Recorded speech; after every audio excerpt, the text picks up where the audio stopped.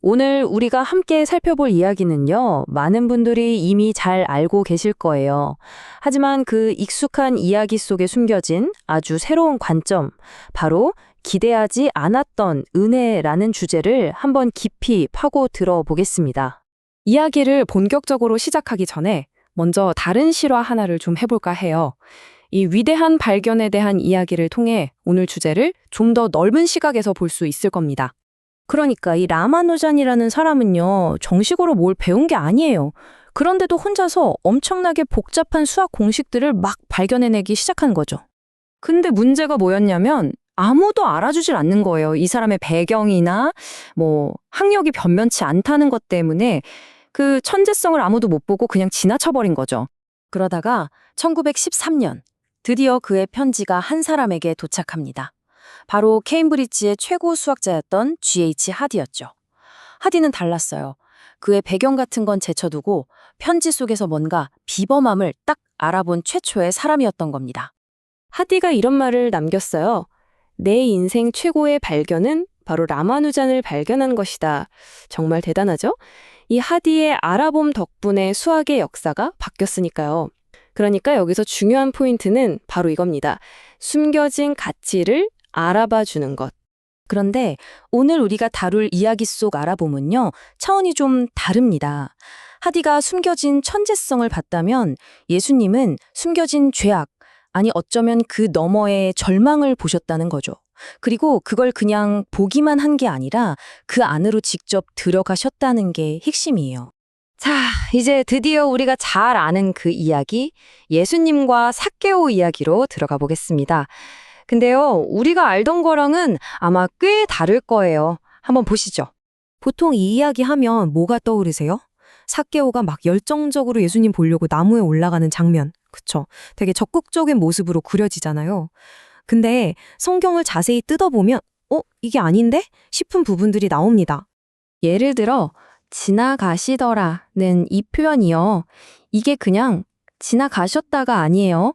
원어의 뜻을 보면 예수님이 여리고에 머물 생각이 아예 없었다는 거예요. 그냥 쓱 통과하고 계셨다는 거죠. 그럼 생각해 보세요. 예수님 오시기만 기다렸던 여리고 사람들 입장에선 어땠을까요? 막 신나는 분위기가 아니라 그냥 가시네? 하면서 엄청 실망하고 있었을 거라는 거죠. 자, 그럼 이런 분위기 속에서 삭개오는 대체 왜 나무 위에 올라가 있었을까요? 정말 그냥 보고 싶어서 열성 팬이라서 그랬을까요? 당시 상황을 좀 볼게요. 삭개오는 세리장, 그러니까 민족의 배신자 취급을 받았어요. 오죽 미움을 받았으면 길 가다가 돌을 맞을 수도 있는 그런 사람이었죠.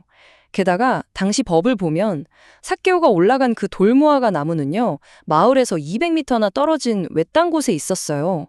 잎이 무성하고 가지가 낮아서 숨기에는 아주 딱 좋은 나무였던 거죠. 이 정황들을 종합해보면 어때요? 삭개오는 사람들 앞에 나서려던 게 아니라 오히려 필사적으로 숨으려고 했던 거예요. 부끄럽고 두렵고 그냥 사람들 눈에 띄지 않고 저 멀리서 예수님 얼굴이라도 한번 보고 싶었던 거죠. 바로 그때 모두가 외면하고 자기 자신마저 숨어버린 그 순간에 정말 놀라운 반전이 일어납니다. 예수님이요, 갑자기 걸음을 딱 멈추세요. 그리고는 고개를 들어서 숨어있는 삭개오의 이름을 정확히 부르시는 거예요. 그리고는 내가 오늘 네 집에 가야겠다고 하시죠. 수많은 군중들은 다 지나치고 가장 숨고 싶어 했던 단 한 사람에게 시선을 맞추신 겁니다. 이 장면을 설명하는 아주 기가 막힌 비유가 있는데요. 바로 피레침입니다. 피레침이 뭐예요? 번개를 자기한테로 끌어당겨서 주변을 보호하는 거잖아요. 예수님이 바로 그 피레침 역할을 하셨다는 거예요. 한번 보세요. 원래 군중의 모든 분노와 적대감은 누구에게 향해 있었죠? 죄인 삭개오였죠. 그런데 예수님이 공개적으로 나는 이 사람 편이다 하고 삭개오 옆에 딱 서시는 순간 그 모든 분노의 화살이 삭개오가 아니라 예수님께로 향하게 되는 겁니다. 예수님이 그 모든 미움을 대신 맞아주신 거죠.